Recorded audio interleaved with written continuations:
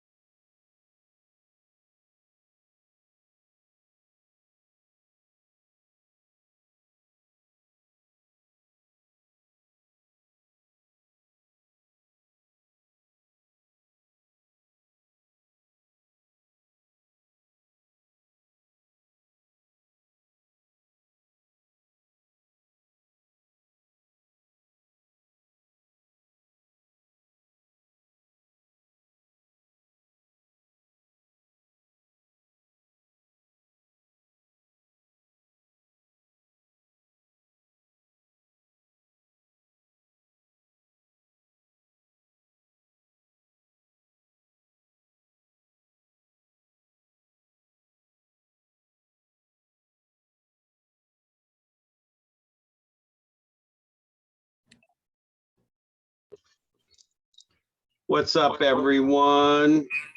Hey. Well, I hope my voice holds out. Been talking on the phone all day long. I'm like, kind of hard for me to not have a lot of energy though. So I'll be ready to go. Has anybody had trouble finding the workbooks, manuals, any of that kind of stuff? Anybody still looking for that? You all have Spark 1 printed out, fueling your career? Yes. Yep. So that's working so far.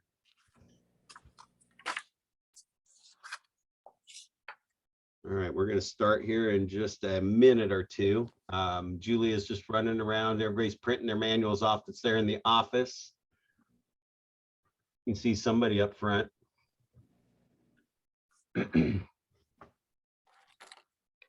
All right, just while we're waiting for everybody, we can start out a little bit. If you have something particular, like, so we're starting Ignite. I don't know what you looked into, what you know about Ignite.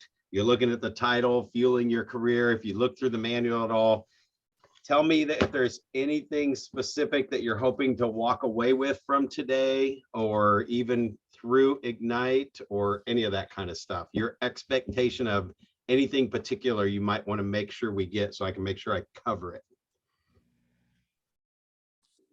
And you can literally just unmute yourself and fire away. Has anybody been through Ignite before? Nope. No. Yes, Marie has. We got a yes on Marie. All right. Anything that you remember from Ignite, or that you applied from Ignite? I don't know if this is going to be the same format, but I know when I first started there, we had to like break out and make phone calls to our SOI. I kind of liked that. I don't know if that'll be the same way. But I also really liked exploring really just like different avenues of marketing and lead generating, because I feel like you can always, there's so many options. So I really enjoy that and brainstorming from other people. And I really like the part of Ignite where we dive into like negotiations and contracts and things like that. Yep, great. We will cover all that stuff. We do have a little different format on how we're going to do this. And as everybody's logging in, we're going to kick this off. I'm going to excuse myself for 1 second because I have some background noise that I need to find out. Of course, it like starts right this minute. Nobody's doing anything till right now. Just give me 1 second.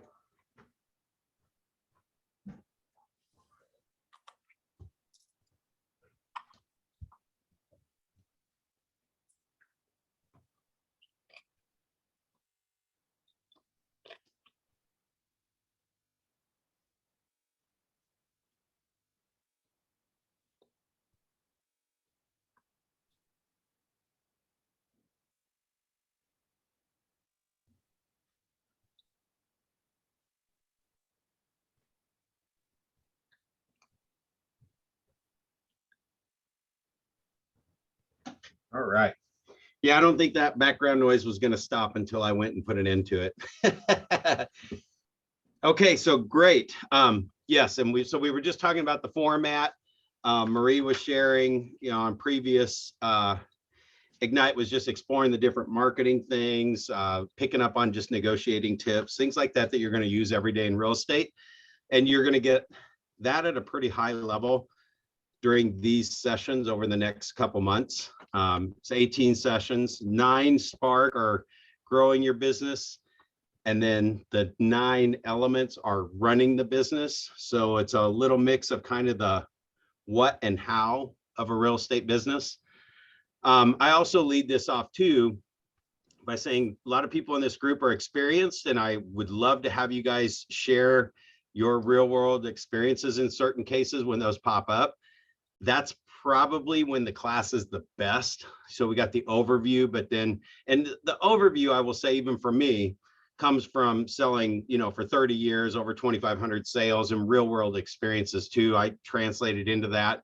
However, it's always great to hear from somebody there in the office as well. So if you have anything to add or share anytime through this, please do. Brings the real world into it, and we can talk about that. Usually leads to great discussions. The thing that's a little different on this format, and that I found that there's pluses, the pluses to it is doing a 1-hour session allows more people to make it to more of the classes and get more of the content versus if these were an all-day class and we went through all of them. You got to make the full day commitment. What we do miss are kind of the breakouts and the calls and the live working.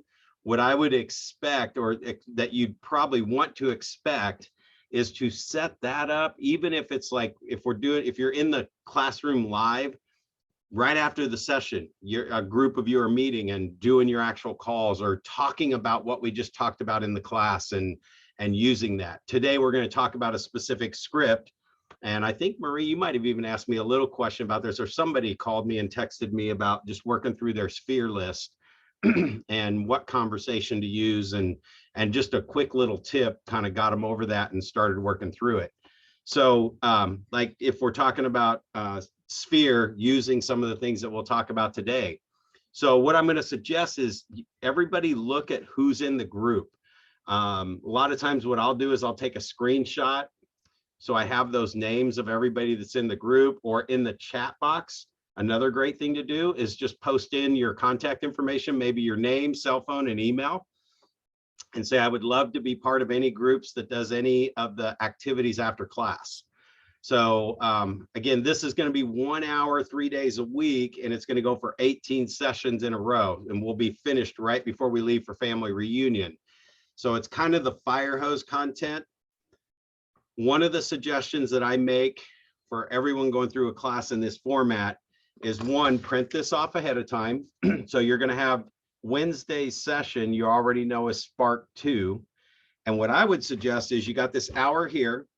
You're going to take notes during the session. go back through your starred notes in your book for right after the class and review what you wrote down, and or later today, one of those two, that you go back through the book again and review it.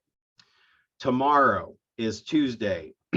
For just a quick, 15, 20, 30 minutes, print off Wednesday's manual, skim through it tomorrow for half an hour or so, make any notes that you might have questions about, and then come to the class on Wednesday and then review the book in your notes the next day. So once we get rolling, it could be on the Tuesdays and the Thursdays, are reviewing your notes from the previous day and what notes you took and where they fit in the book, and going through the manual again, and then just quickly overviewing the manual for the next session. If you do it that way, you're probably plugging about 2 hours, an hour a day, 5 days a week. It's a commitment.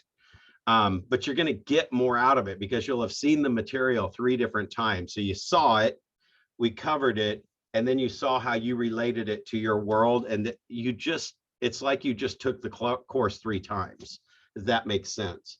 So it's a very good way to get a lot of this stuff implemented.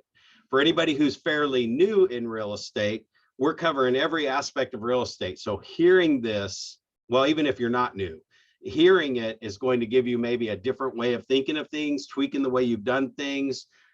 If anyone on here's had a seller sitting on the fence, when we talk about getting that seller commitment, you might just hear one way to get them off the fence and not wait a week or two to get in here.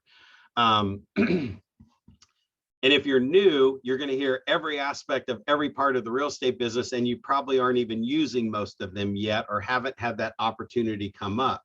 So the best thing you can do is hear this material 3 or 4 times. We'll repeat this Ignite course again and hear it over and over and over again, because then you're going to see these things showing up that you could actually use a lot of it. Okay, any other questions from anything? I will say this, it is as interactive as you guys want to make it. I get excited every single session. I get like super excited. It's like, gosh, it's just Ignite and it's just negotiations, or it's just seller presentations. But man, as soon as you get into the material, it's just like, it gets me going. I get excited about it. So sometimes I get going pretty fast. I start talking pretty quick and grab any spot where I'm even halfway breathing to just jump in, unmute. There's a raise your hand if you have a question. Any way you can get my attention, type in the chat box and say, hey, I have a question. And we'll break it in anywhere to where you can ask those questions, because those are the ones that really, really, truly somebody else is probably thinking the same thing or would have asked the same question. So everybody good with that? All right, so we'll, any questions, any expectations, anything that you guys want to get in before we start rolling on the material? And just unmute yourself if you want to jump in. Hey, Brad, did you let them know that this recording will be up on our YouTube channel? So if they're in Ignite, they will get to rewatch all the video. All right. Yes, we will be recording these. In fact, I got to make sure that I'm doing that right now. It's the first session here. Record on this computer. Oh, Julia. Yep. Is anybody in the office? Just yell at Julia to make sure I have permission. It's not letting me share my screen or record. It's currently recording already. Oh, yeah, that's true. Already. I'm just saying we'll upload those to our office YouTube channel, and then whoever's in the Ignite class can watch those or rewatch it or whatever at a later time. We'll send the link out. Yeah, I know Julia was running around trying to help everybody make sure they had manuals. Does anybody see her to be able to make me, or are you able to do that, Carol, from your side? Make me a host? I don't think so, because I think the office started this one. So we'll work out these little glitches. So we'll have that'll have to come from Julia. Hey, who's in the training room? Julia. Oh yeah, somebody's in the training room. If Julia's up front, we need her to make me a host. I think you can do it now. It says that you're the host. The notification just came up. All right, it sure is. Perfect. Thank you. Thank you. All right, cool. So now we're in here. Okay. And one other thing that's a little different about this is not only am I going to bring, you know, my real world experiences, and I hope you guys will add to that as well, but I'm going to layer in here on the front, and this is actually the session where we talk about it the most. And as much as I don't want to sound like a broken record, we're going to talk about your database and how important that is and how many sales are sitting on the list of people that already know you, because everything that we're going to talk about in Ignite is like open houses and marketing and getting more calls and getting more lead calls. What I'm going to tell you guys, and we'll share these numbers today that will layer in through every other session, is that every way of building a real estate business out there, where you're going out there to look for the next piece of business, to get the next listing, to get the next buyer that's ready to buy, I have to be honest and tell you that only 1% to 2%, maybe at the very extreme best, 3% of the population is moving right now and is going to need your services right now. So pretty much every way that you've been building your business now, and the industry, the real estate industry, teaches us to go get the next deal, call for sale by owners, call expireds, follow up on internet leads. The reality is that even in those numbers, 1 to 2% are actually converting on a regular basis. So that's why you have to call 100 people to get 1 or 2 appointments when you're in bold. And what I'm going to share with you guys today, honestly, is the secret, the absolute ultimate secret that people are kind of talking about in real estate industry, but nobody's really telling you how to do it. And they let us slip back into our old ways of calling internet leads and calling for sale by owners and calling expireds.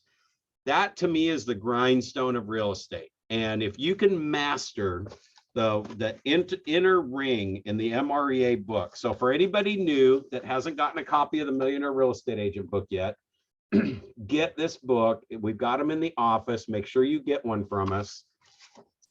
And I'm going to have everybody write down pages 133 through 148.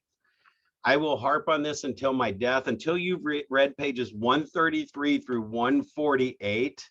The rest of the book is good, but it's just there's a lot of information here. That's a thick book. Pages 133 through 148 are, in my opinion, not a biased opinion or anything, just somebody who wants to get as successful as possible and build a consistent, persistent real estate business that's predictable. It's in pages 133 through 148.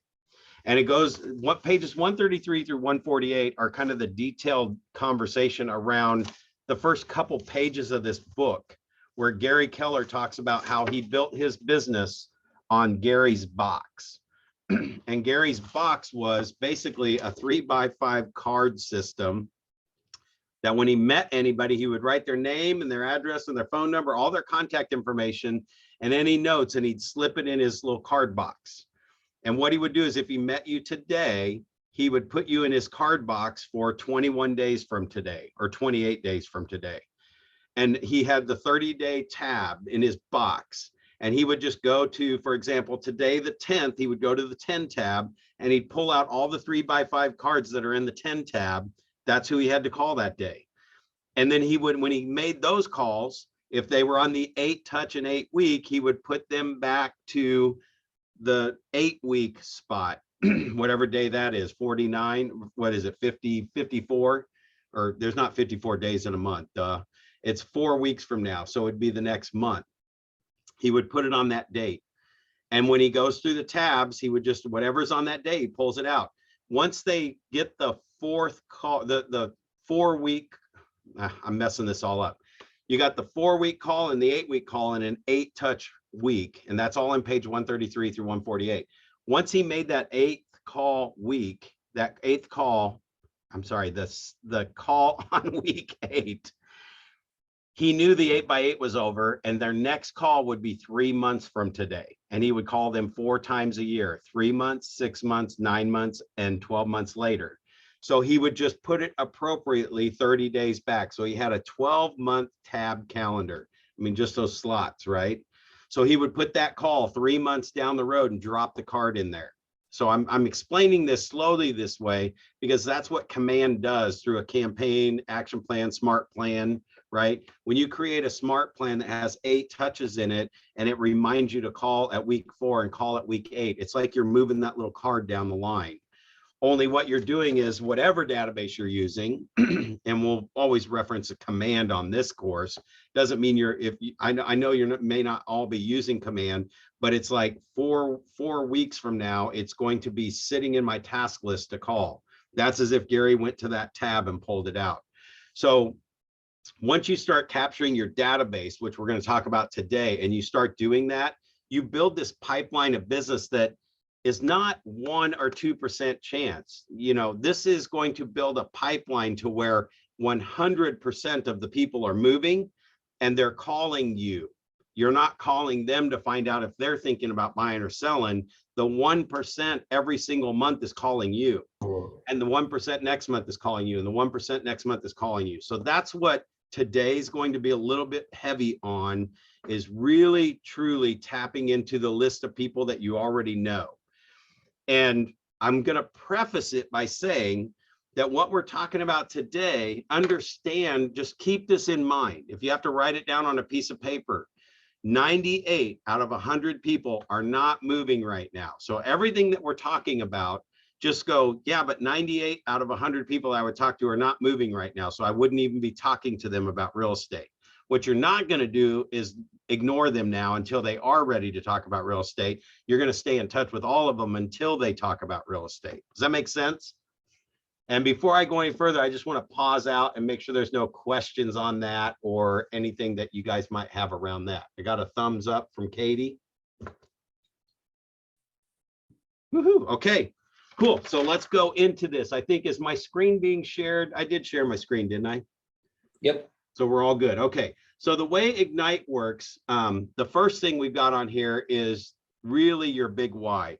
And I am going to spend just a little bit of time on this, even though you may have heard of big why before, may have been to a class where you're figuring out your big why. What I'm hoping is that everything that I share with you through Ignite, you're going to hear it and see it differently than you may have heard it before. Because everything that we talk about in Ignite, I know you've been to a class where they've talked about some of this stuff. The only thing is I'm going to challenge you to hear it differently. Actually, I'm not even going to challenge you. You're going to hear it differently than you heard it before. And today, this is the first thing I want to challenge on, that I want you to let me know in your feedback if, wow, I really actually didn't think of it that way. I've figured out big whys, and the big why, there's 2 parts to it. One is your big why. Once you master your big why and you master how to discover your big why, and you start mastering your clients' big why, your business is going to change. In fact, this one task right here of figuring out big whys, when you can do that with your clients and you do it at a very, very mastery type level, you're going to get them to listen to you more often. They're going to price their house right more often. They're going to do the price drops when they're supposed to. They're going to take the offer that they should have taken, that you know they should have taken. When you master the why, you can always bring that back up in any conversations, any decisions, any scripts that you're using in real estate to get them to make the biggest decision or to make the right decision. Versus what I'm talking about here is like if you had a seller who gets an offer, you just put their house on the market, had 10 or 15 showings, you get an offer that's $5,000 under asking price, right? So lots of showings, first day on the market, first couple days on the market, you get one offer, no, not multiple offers, you get one offer and it's $5,000 under asking, and you've called everybody else to see if there was any other offers coming, and everybody's kind of on the fence. A couple people are working on some financing. You have one offer in hand. If that net on that net sheet would be enough for them to accomplish their goal or their big why, you might not have to counter that offer. Okay.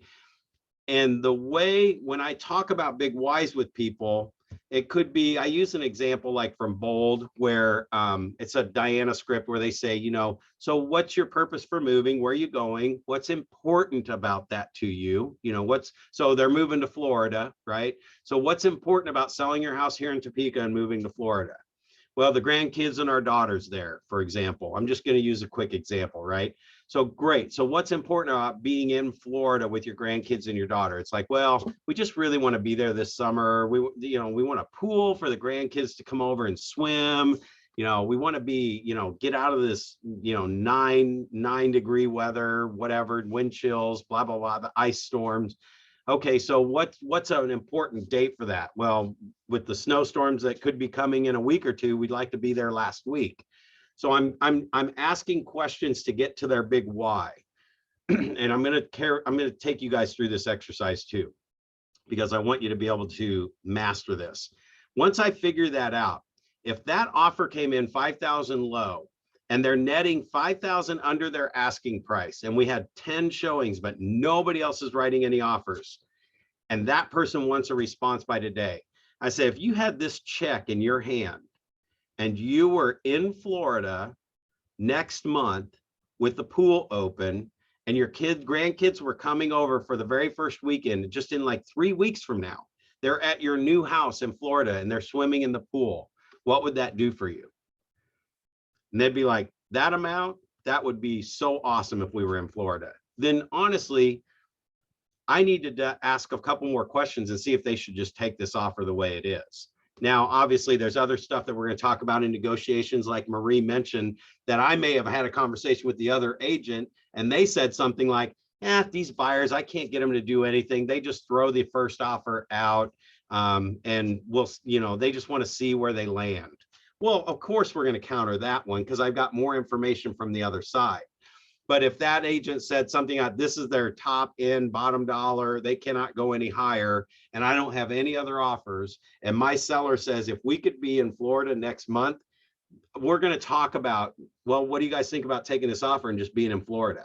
See, I'm not going to tell them they need to take the offer. I'm tapping into the Florida big why of being with their grandkids. They're like, yeah, it's not even worth negotiating over.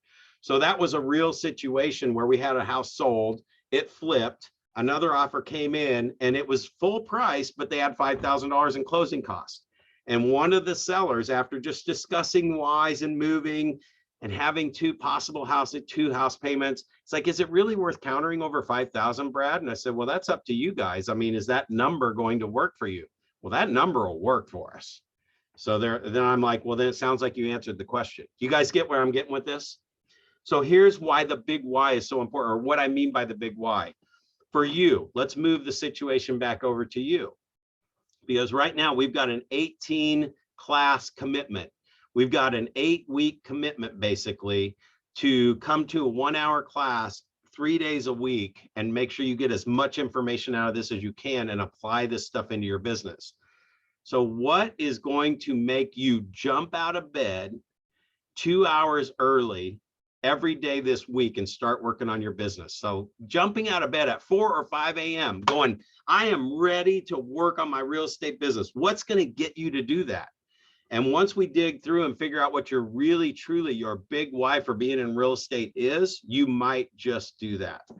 So the first thing I'm going to say is, the biggest thing I can tell you about a big why, there was the best book I've ever read, and I don't even think it's in print anymore. I don't know if they're making more. If you can find it, it's called What's Your Why? What's Your Why by Kent Burns.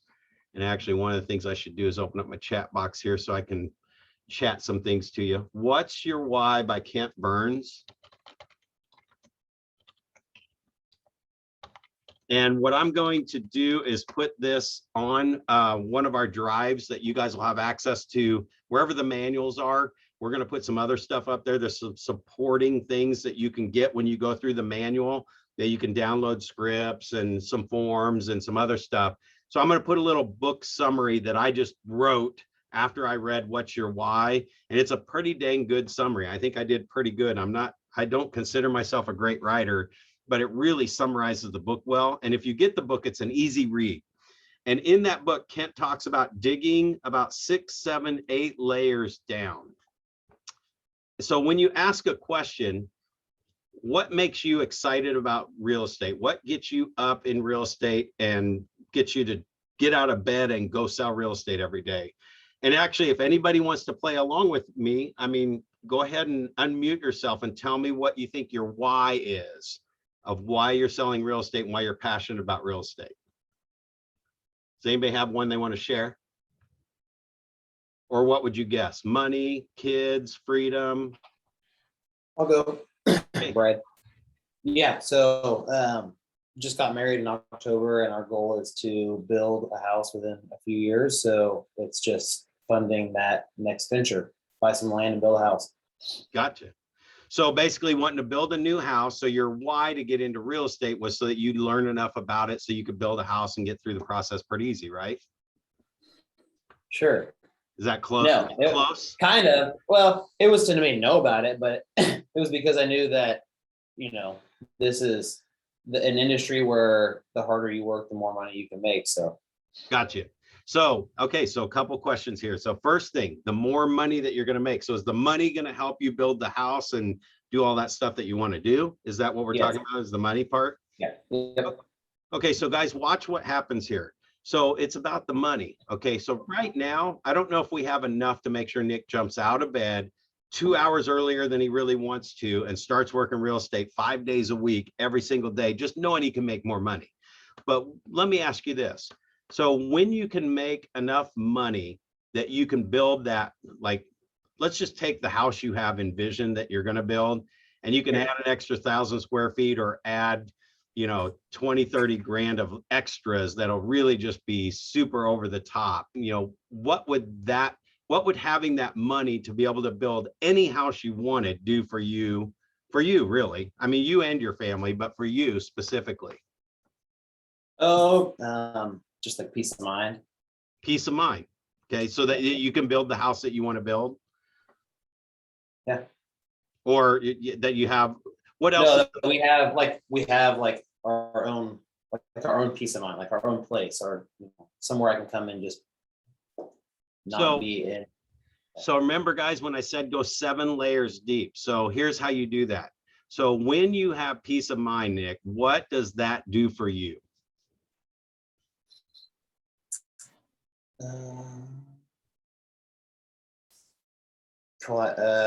Makes me a better person, better version of who I am.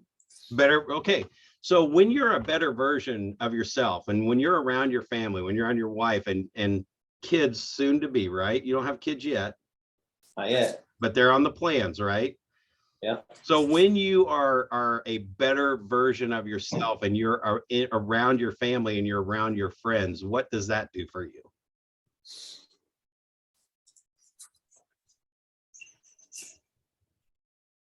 It's getting very philosophical in here now. See, guys, this is tough to go 6, 7, 8 layers down, right? And what I've had some people say is, well, it allows me to be present and be there and enjoy the moment, right? So when you're enjoying the moment, what's that do for you?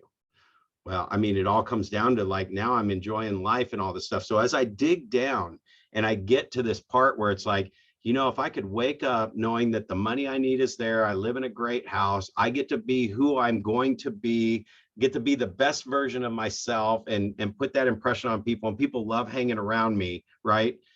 I mean, now we're getting down to something that's like, all right, I really do need to make this thing work this year. This isn't like, see how it goes this year, see how much we can make, but like to have that lifestyle, when you can picture that, right? Then that's when it really happens. So one that I heard recently was, my kids are my why. Okay, so what about your kids makes them your why? Well, I love them. I want to give them the best opportunity. Okay, so when you give your kids the best opportunity, what's that do? Well, it's self-satisfaction that I'm accomplishing and succeeding, that they can do the things that they want to do, go to the school that they want to go to. So when they go to the school they want to go to, what's that school look like? I mean, it's Harvard. Okay, so when they go to Harvard, because you can put them through Harvard, what's that do for your kid? Oh my gosh, it gives them way more opportunities than they ever had. So when they have that, what's that do? Right? And it eventually gets to just enjoying life and having an impact on people's lives. So we do that in real estate every single day. So when you dig that, so what's important about being in Florida? Why is that important to you? What's that going to do for you when that happens? That is your piece that's going to get them to go, well, so like, have you ever had anybody on here, just raise your hand if you've had a seller who's like, boy, this is really good information. We're going to process this and, you know, kind of they're on the fence a little bit, and we're going to process all this good information and kind of decide when we want to go on the market. Anybody had that happen before, right? Yeah. So if you could say in that one example there and say, so what if you could actually be in Florida next month? What do you think we could really do Florida next month? It's like, well, every day you're not on the market, you're not in Florida. So if you were to put your house on the market today and somebody showed up and offered you $10,000 under your asking price and wants to move in next week, what would you say? And they're going to say, 10,000 less than our asking price and be out in a week? We're not ready for that. Okay. So what if they said they'd pay you full price and they'd wait 2 weeks? Yeah, we're still not ready to move in 2 weeks, but you are moving to Florida. Yeah. And next month would be awesome if you could be there, right? Yeah. So what if somebody offered you 5 or 10,000 over your asking price and said they would wait till you were ready to move? In fact, they'll close on it the week you're moving to Florida. Well, we'd probably take that deal. So the difference between going on the market today and going on the market a week from now, 2 weeks from now, whatever, could be that buyer out there. The difference could be that buyer out there who is willing to pay more than asking price on your terms and get you to Florida next month. You won't get those people back in 2 weeks. They're going to probably buy the next house that comes on the market. And they might settle for second best home, the second best favorite home they would have fallen in love with in Topeka, where yours was their first, but you weren't available. So the only thing I'm saying here is once you figure out their why, I can then say, if you guys could be in Florida next month, get your terms on your house that match, would you sell today? And if they say yes, because I tied it to Florida, they're going to say yes more often than if I don't use that and didn't know that and didn't use their why, then they're going to sit on the fence. So I honestly believe nobody should be sitting on the fence. There's a reason why they had you there, to get the price opinion, and they're ready to move. So anyway, any questions on that? Can you see the importance of the why? Man, I'm telling you guys, master this. Just ask the questions. You heard me ask the same question. Well, what will that do for you? Here's great. Here's 3 of them. People get paid mega bucks for coaching people on these questions. So when Nick was thinking and he was talking, and I just sit here, he's going to keep talking, right? The other one is, tell me more about that, right? They're digging their why down. Tell me more about that. What do you mean by that? And the question I asked, so if that happened, what would it do for you? That was a more direct question to get the point across. Those are great questions to figure out people's why. All right. Any other questions on that? I know it seems like such a fluffy little thing, but it is so core and key that you get people to make the right decisions and process the scripts that you guys are using to get them to list, to get them to sign right then, to get them to sign the buyer agency, to get them to pre-approved right now, like to where they put an urgency behind that pre-approval letter is the most critical thing we could have, because if that perfect house shows up on the market tomorrow and you waited an extra day to call because you just hadn't done it yet, you're going to miss out on your dream home, right? So anyway, that's what the why is about.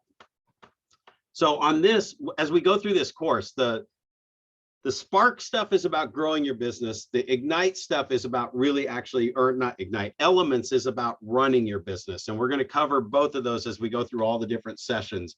We've got everything from lead generation, buyers and sellers. I mean, we are going to cover very detailed things in the next 18 sessions. So if you miss a session, you definitely want to make some time to watch the video, because there's going to be scripts buried in there that are going to be like, oh man, I could have definitely used that one.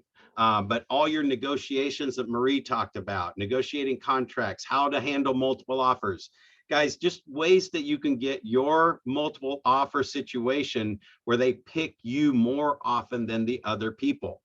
I can't say it's 100% of the time, but I can tell you at least 50% of the multiple offer situations my buyers have personally been in, we've won when we shouldn't have won. At least half of those multiple offer situations, we got picked over everybody else when we probably shouldn't have.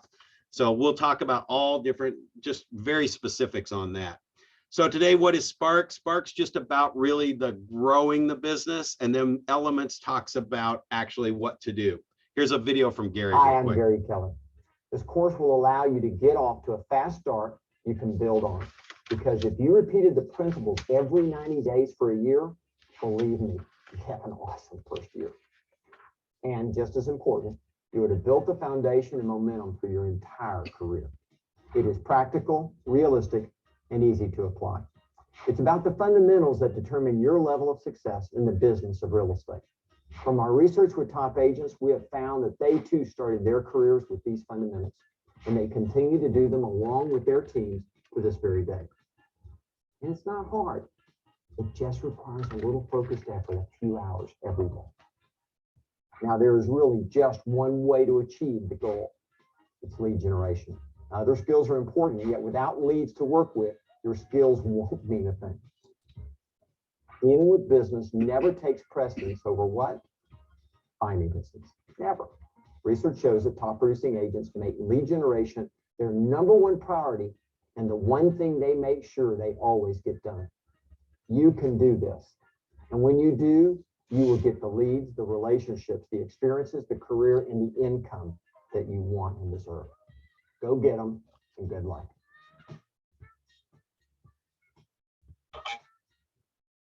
All right. So if lead generation, lead is a 4-letter word to you, and you think of when you cringe if you hear lead generation, guys, we're going to layer in here how you can do lead generation like a millionaire real estate agent, like these agents in here. Only it's not going to be like what you thought it is. It's not going to be like what you heard or think you're supposed to be doing every single day, doing lead generation for 3 hours a day. Because if lead generation is calling internet leads, calling for sale by owners, calling expireds, that typical thing we think of when we think of lead generation in real estate, and you do that for 3 hours a day and you do it for 5 days a week, I'm telling you, you will make $1 million selling real estate. The reality is I don't see successful agents, or I don't see people selling, 10 or 20 homes a year actually doing 3 hours a day, 5 days a week. They might do 3 hours today. They might do an hour tomorrow. They might have to skip 3 or 4 days, and then they come back in, and nothing's consistent and persistent. Because if you did real true 3 hours a day, 5 days a week, you will be like the agents in the bold video. Dave, you got Dave in bold, and then also was the guy in San Diego. If you watch their videos, see, I know that world, and I knew I wouldn't do it 5 days a week for 3 hours a day. There's no way, because I tapped into the inner ring of the bullseye, which is the Met group. And here's where my brain went to. I'm not that I'm the sharpest math guy in the world, but the outer ring or haven't mets, the conversion rate is what? For those of you who know the conversion rate of haven't mets, what is the conversion rate in the MREA book? Do you know? 50 to 1. Have you heard that number before? 50 to 1. So the conversion rate for doing lead generation, like I just talked about, talking to strangers. Now we're talking to strangers. We're smart. We're talking to people that have inquired or thinking about buying or selling real estate. They were on the market. They wanted to sell. They're for sale by owners. They're internet leads that are going to a website, clicking for information and looking at houses. The thing that we know, though, for certain is that everybody's got different timetables. An internet lead, I'll tell you what I figured out about internet leads, is that we're capturing them so fast from the website that they were on. Most of them are just starting the process, right? They're not ready to buy right now. They're not even pre-approved. This would be a totally different conversation if all the internet leads came in and 98% of the buyers that came in off this buyer website are all pre-approved and ready to go look at houses now. Totally different conversation. I'd be doing that business. What we know for sure is that 1 to 2% of the buyer internet leads that come in, closed business, will turn into appointments that are ready to buy houses right now. Now, they'll all eventually buy. However, most real estate agents don't keep in touch with everybody until they are ready to buy. We grab the 1% or 2% that are buying now, and then tomorrow we grab another batch of leads and get the 1 or 2% that are buying now. The next week, get another batch of leads and get the 1 or 2% that are buying now. Well, when I looked at that number of METs, and I'm thinking, I look at my database and I look at today, write these numbers down if you know what they are. How many Facebook friends do you have? And so some of you have heard this now for the 10th time, right? So now you know your numbers. How many Facebook friends do you have? Write it down. How many people are in your cell phone contact list? Write it down. If you have an iPhone, just go to your contacts and scroll to the bottom. Scroll all the way to the bottom, and there's a number down there. If you're the other phone, I think it shows you somewhere how many contacts are in your phone. See, what I figured out about the MET was the MET conversion rate is 12 to 2. So MET 12 to 2, not MET 50 to 1. 50 to 1 in a percentage is 50. Yeah, if I make it 100, then it's 100 to 2 is the same as 50 to 1, right? For math. So that means that's 2% conversion rate. That's from millionaire real estate agents that have been selling real estate for probably 30 years. They're getting a 2% return on the haven't met database. Their mass marketing that they're doing to the area, the public, right? And I will tell you that it's the only 2% because all of the millionaire agents have billboards. They've got signs around town. They're selling hundreds of properties a year. So they're getting an extra percent by being in relationship with some of the people that are seeing their mass marketing. The other part is the 12 to 2. For everybody that you met, if you stay in touch with them closer and actually follow up with them, you'll get 2 pieces of business for every 12 people that you meet. So now think about the list of people in your community that you are already friends with. They already know who you are. They already know you or you know them. So the chances of them liking you and trusting you are way easier than trying to get a stranger to like you and trust you. Here's the second thing on this math. If I had 1,000 people that I'm marketing to in a neighborhood to try and take over a neighborhood, we call that farming a neighborhood. I got 1,000 people and I'm going to market to them, whether it's postcards, whatever you're doing, neighborhood trash cleanup day, you're just going to make a presence in that neighborhood. I'm probably going to get maybe 10 houses out of 1,000 homes listed in the next year or so, right? I hear top agents that want to get 10 or 20% market share in a neighborhood. If there's 1,000 homes in a neighborhood and they're moving every 10 years, that means 100 of those people are moving every single year. If you were really targeting a neighborhood and you created a relationship, a MET database, 12 to 2, took that same 1,000 people, but I met them and I got connected with them and I put them on an 8x8 and I moved them to the 12 to 2 conversion, I can get 6 to 8 times more business from the same 1,000 people. But this takes a little more time because you're going to have to stay in touch with them. You're going to talk to them regularly, communicate with them. But if I just went through that neighborhood of 1,000 homes and I met 5 owners a day, 5 days a week, it wouldn't take 3 hours to meet 5 owners in a neighborhood, right? Remember Gary said just a few hours a day from 8, 9, 10, 11 a.m. If you went out and just knocked on doors in that neighborhood until 5 people answered the door and you really connected with them, right? Tomorrow, I do the same thing. I go knock on more doors, different doors, and meet 5 more. The next day I met 5 more. The next day I met 5 more.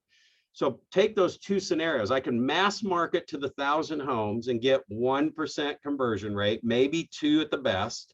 Or if I went through and I met 5 people a day, every day for the next 10 months is how long that would take. If you did 5 people a day, 5 days a week, it's 25 people a week.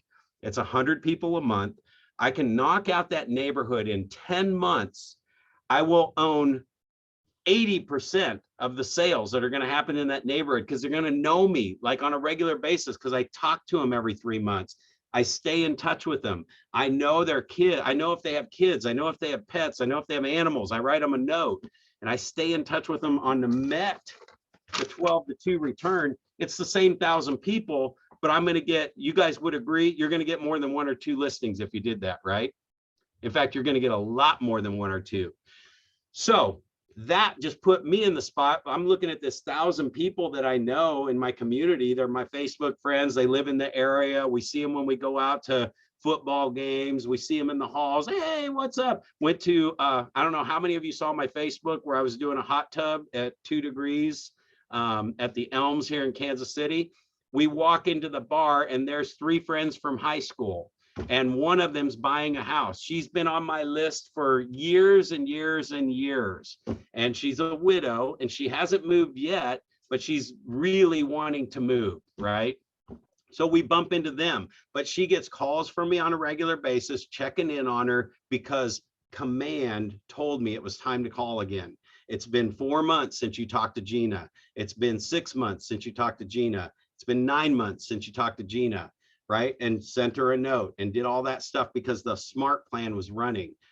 I am Gina's only realtor. I mean, she's only going to call me about any real estate stuff she ever does. In fact, 6 months ago, she called me on another deal and I told her, run as fast as you can. It was dealing with the owner directly. Brad, this would be so awesome. I could do my dream thing here. I said, yeah, but you're paying about $150,000 too much. That's why the guy does not have it listed with a real estate agent, right?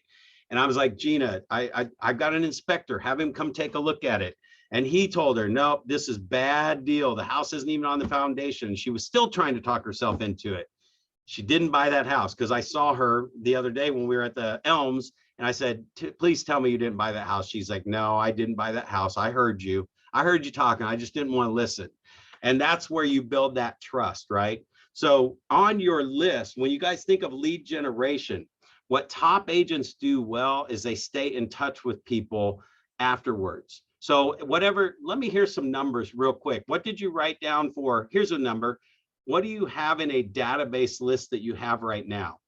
This just kind of talks about the daily success habits that agents do with building in their follow-up and their, when we say lead generation, I will tell you top agents are following up with people probably more than just talking to total strangers trying to convince them to meet with them or come in for a buyer consultation.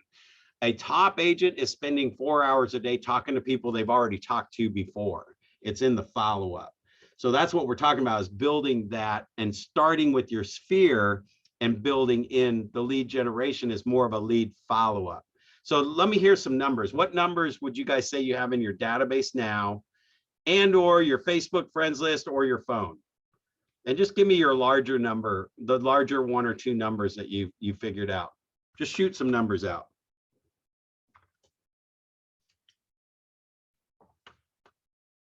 How many people do you have? Who has a database together? How many people are in your database? Okay, so I'm looking at my Facebook and I literally just said, oh my gosh, because I know I'm so behind. But on Facebook, there's 1,172. 1,172? Yeah, and I'm disgusted at that math breakdown because I know I'm slacking. And that's not like my phone contacts, like direct. That's, you know, other realtors, colleagues. Yeah. But I know that largely does not make up all of the friends that I can reach out to. So there's so much business to be had, if not directly from those folks, but referrals that they might have. Yeah. Well, and I love it when people say too, at Facebook, I've got a lot of realtors on my Facebook friends list. Do you know that 80% of real estate agents end up getting out of real estate within 3 years? 80%. If you just like build the friendship, then you can have a referral partner. Yeah. So if somebody's got into real estate, they did what you guys have been doing. They're working, they're lead generation, they're collecting, they got this database, but they're just struggling and it's not working and they feel like they're spinning their wheels and they have, I have to go do something different. They don't get the pleasure of staying in a little bit longer like you may have, or they didn't come to KW where we taught you to convert more and how to convert more. So that when they get out, it's like, dude, don't let that list go to waste. I mean, keep your license in referral and I can pay you referral fees on them and I'll just convert them. We'll just merge that relationship. Yeah. So not only having real estate agents on your Facebook friends list, but that's an amplified list.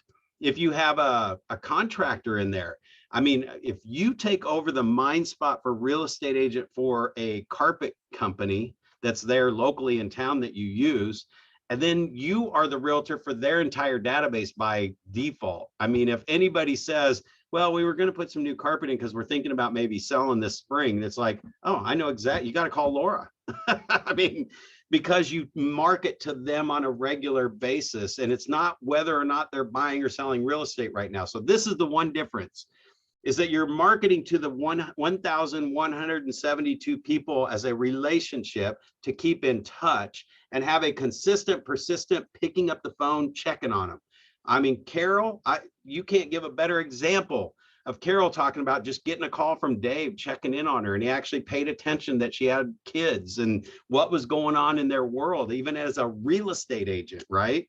So when you keep those relationships close, then when that happens, it's going to be real obvious for them to just think of you and call you when it's time. So 98 to 99% of the people that you're going to be lead generating with, just assume they're not buying right now. So you don't even have to worry about talking about real estate right now. First, get a full list, a database of everybody who knows you and stay in touch with them regularly. Then when they get ready to do something in real estate, they're going to call you. And that's where the 12 to 2 conversion rate starts happening. And I mean, just start asking around who's getting 12 to 2. If some agent says, I'm getting 12 to 2, great. So you have 1,200 people in your database and you do 2 pieces of business. That'd be 200 transactions a year. Is that right? 1,200 people, it'd be 200 transactions a year. It'd be 220 to be exact. You do 220 sales a year. Most agents with 1,200 people in their database are not closing 220 transactions a year. The agents that are closing 200 to 300 transactions a year have 10,000 to 15,000 people in their database. So let's talk about the number real quick. And this is all part of today's class anyway, and we're already at 3:52. Geez. Hey, can I just give you an idea? Inside of Command, you're able to see where inside and outside referrals go to and come from inside of KW. So it would behoove you to make relationships with agents in those areas.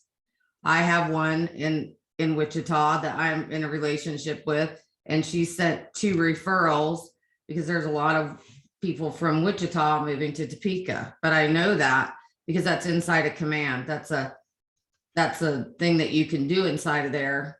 It also helps with your Facebook marketing ads and some other things as well. So there's a lot of powerful tools inside of there, but making a relationship with agents outside your market center and dripping to them also can bring you business as well.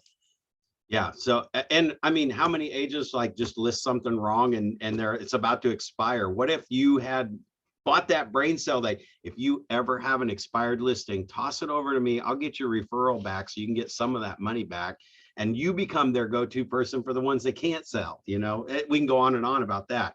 So it is about your sphere. It's about the people that already know you. The thing you have to take off the table is you're still looking for the next deal.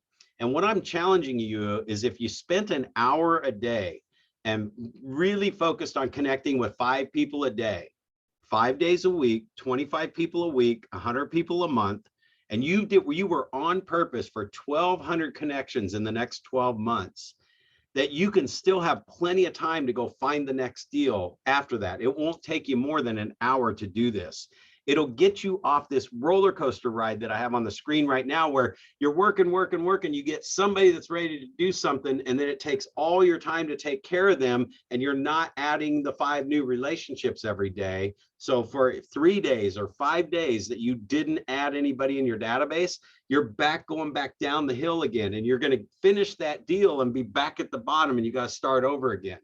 That is unfortunately why most real estate agents can only close 10 or 15 deals a year. So most people come up and say, well, what do I talk about? I mean, I'm telling you, 98% of the people are not buying or selling real estate right now. Would you believe it if I told you that of all the internet leads coming in, 99% of the internet leads that click some button on real estate and said, I'm a buyer, 99% of them are not buying today. They haven't even been approved for a loan yet today. Only 1% are you capturing because somebody else didn't capture them ahead of you and didn't stay in touch with them, that you're actually capturing that 1% today. So the other 99%, you don't have to talk about real estate. You know, go back to what I originally said. What's their why? So let me ask you a question. What made you go to the website and start clicking on houses anyway? Oh, I just love decorating houses and someday I'd like to own a house. It's like, well, what's someday look like? Ideally, well, I mean, if I own one in a year or two from now, great. So if you found one in 6 months, yeah, I probably wouldn't be ready yet. I don't even have any credit yet. So at least I know where that person is. I know what their why is. And I'm going to stay in touch with them every 3 months, all the way up until a year or two from now. Now, most buyers turn into buyers about half the time they say. They say it's a year, they'll be ready in 6 months. And when you stay in touch with them and you don't make it all about real estate, this person just said, I'm just starting the process. Why would I send them everything about real estate every single week? That's going to feel like spam. When you call your sphere and your families, the 1,172 on Facebook, we got to start with connecting first, not just calling out of the blue and using a real estate script. If you're doing that, how's it working for you? Right? Because 99% of the people aren't going to be moving right now. Are you thinking about buying or selling real estate? 99.999% of the time they say what? No, I mean, we're not right now. Okay, well, wait, next thing I'm supposed to say is, well, do you know somebody else that is? Or who's the next person you know that is thinking? And 99.999999999% of the time they say what? I can't think of any. I don't know anybody right now. And we say, okay, well, if you think of somebody, will you let me know? Yeah, okay. And we thought we were lead generating today. So instead, it's now stay in touch with them after that and flip it around. Make it the very first contact out of the blue with those 1,172 people about, hey, I just realized I have not done a good job of keeping in touch with you. I'm sitting here thinking about COVID and friends and all the stuff going on. And like, I don't even remember if you have dogs or kids or, do you still live on XYZ Street, right?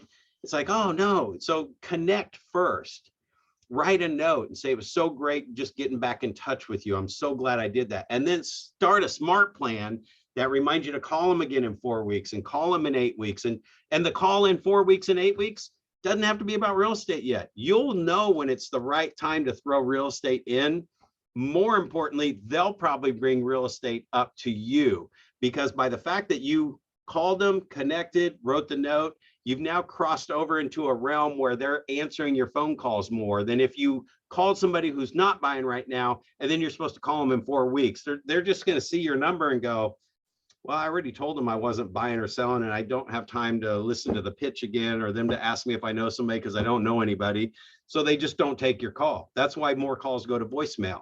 So when you connect with people, you just stay in touch with them. It was so great connecting with you 4 weeks ago. Not that you would say that.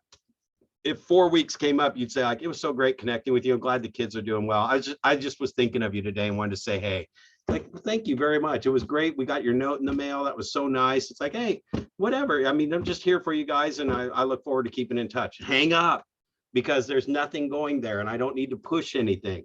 The next time I call, same thing. It's like, hey, just touching base, anything you guys need. I got a lot of connections in the community. I don't know if I even asked you if you got any projects going on around the house or anything that's coming up. Just thought I'd call and check and see if I can connect you with somebody, right? And then now, the 3 months from now, I might call and I might say, hey, today's call is about real estate. You got a couple minutes to give me some help? Well, yeah, now I've earned the right to actually help them, right? And they're going to listen to me. It's like, listen, there is a gap of houses in the market right now between the $300,000 to $400,000 price range. These things are getting 10 offers and going 30,000 over. Do you know anybody that's in a $300,000 to $400,000 house? Oh, not a 400, but my sister owns a 250, and I think she might be thinking about moving. Great. Now all of a sudden I've got a call. So it's earning the right to bring up real estate. I'm going to open it up for any questions as I just kind of pull this together. Anybody have any questions so far about that and your sphere?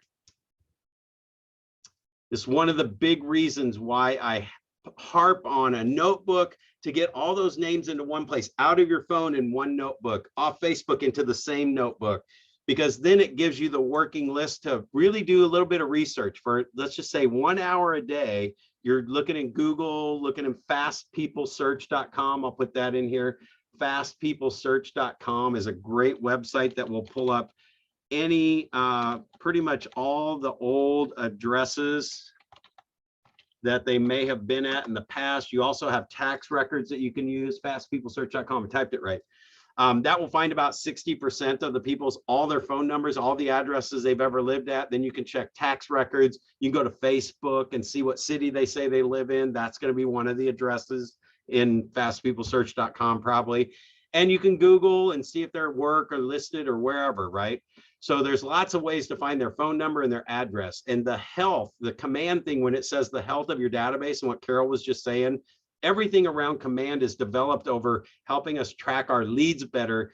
It's built around Gary's box, really. So you can track the referrals, get more referrals, stay in touch with people better. That's really the core piece of what command is. All that other stuff, the transaction management, the marketing pieces, which is what we like as real estate agents, is just, it's centered around that contact record. So there's actually a thing that'll tell you the health of your database. And the health of our overall databases at Keller Williams is really sick. There are so many databases with just email addresses, maybe even a phone number, but the address is what's missing the most. And we sell real estate. We actually sell the address, but we don't have a database of the addresses. What if you flipped your business around and you made your database addresses and you're going to fill it in with the people that live in the house, right? Because you sell real estate. So anyway, when you're looking at in this, where we're just looking at all the different things that are available, the consumer, the agent, the market center, all of that command stuff. And that is the one piece that we're not going to get our fill of. We've got Carol for that in this 1 hour session, is going into command and talking about it in detail. But if you take this and you take something that you get out of one of these classes and apply it back to command, that's where you can just call us one-on-one or get with a group of people that are in this class, and you guys meet up and just review your notes and everything, and go into command. How do I add somebody into command? How do I get a smart plan started in command? That's where you're going to really come back. It's after this class, outside of this class, that you're going to get that stuff. So the only thing I will tell you on this is, if you commit every single day to connect with somebody on your list and write them a handwritten note, and you put them in command, and you put somebody in command every single day, and you start eventually just putting them in, may be what you do for the next week or two, just putting people in. Once you're really comfortable putting people in every day, even if the first day you go in there, you can't even figure out how to log in, figure out your login, get to the point where you're adding a person every single day or 3 people a day. Then you can move to adding 3 people a day and starting them on a campaign or a smart plan. Then you can move to, where's my task list that has my calls that are popping up? And if you're using it every day, you'll eventually master command. It's actually why I believe we don't even really need to cover it here. I could give you a whole master course on how to add somebody, start them on a smart plan, and where to find the call. And you wouldn't do anything with it because you wouldn't have fed anybody in the next day. Or if you did feed somebody in that first day, you heard it, you might not have fed them in the next day or the next day or the next day. So how I started on this whole success thing that I have in real estate was I fed 5 people a day into my database and wrote a handwritten note for 6 months. 600 people I put in my database and never started them on a plan. Didn't really make any other follow-up calls unless I made them the same way that I made them before then, the same way you might be making them now, naturally, when I thought of somebody, this and that. But once I did that for 6 months, man, every month that I added another 100 people to my database, because that was what I had to master first, there was no reason for me to know what content to send them until I was putting people in. There was no reason for me to set up a smart plan until I was actually putting people in, right? So until when I got 600 people in there, I was like, all right, now I'm an idiot if I don't start using this system. So the next thing was spending the next 6 months creating the campaigns. And then the next 6 months was filling in the content. So for 6 months, I sent out content. Well, I didn't mail it, but there was letters coming out of my printer that had no content in them.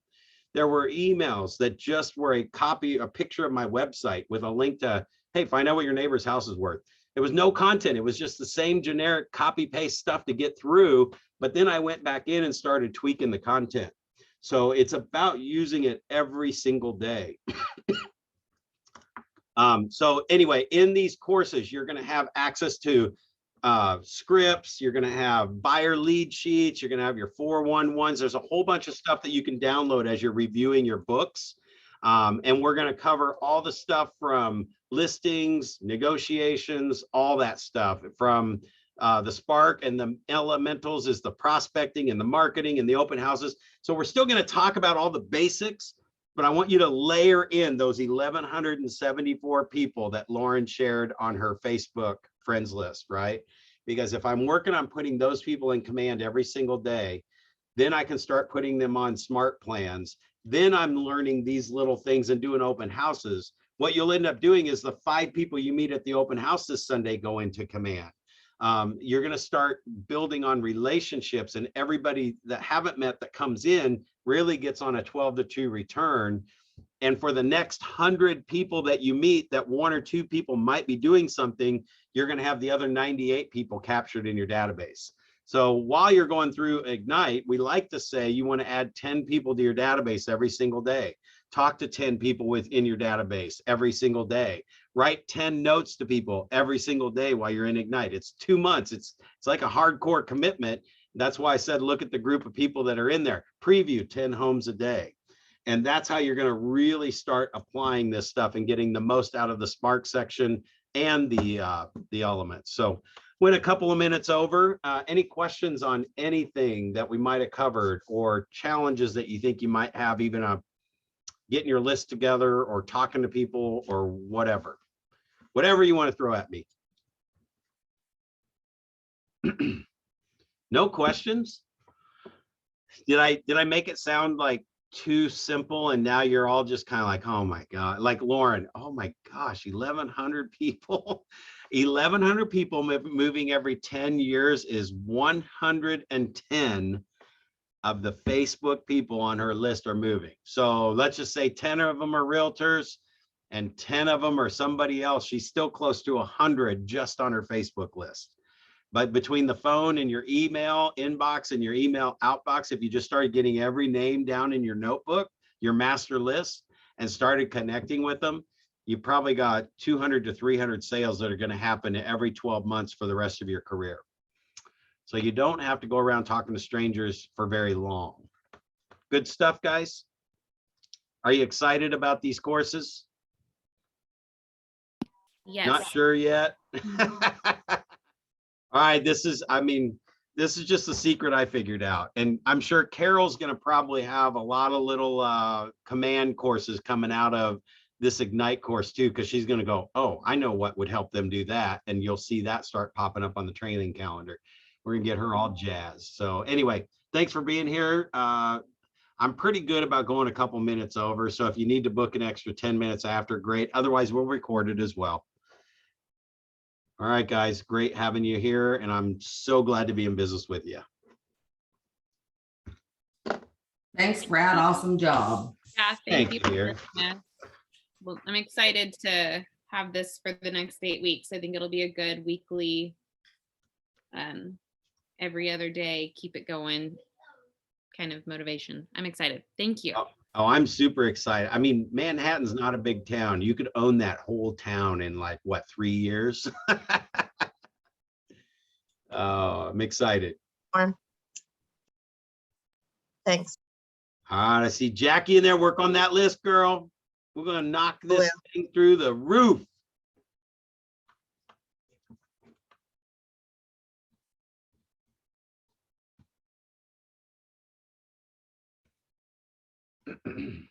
Thank you, Carol.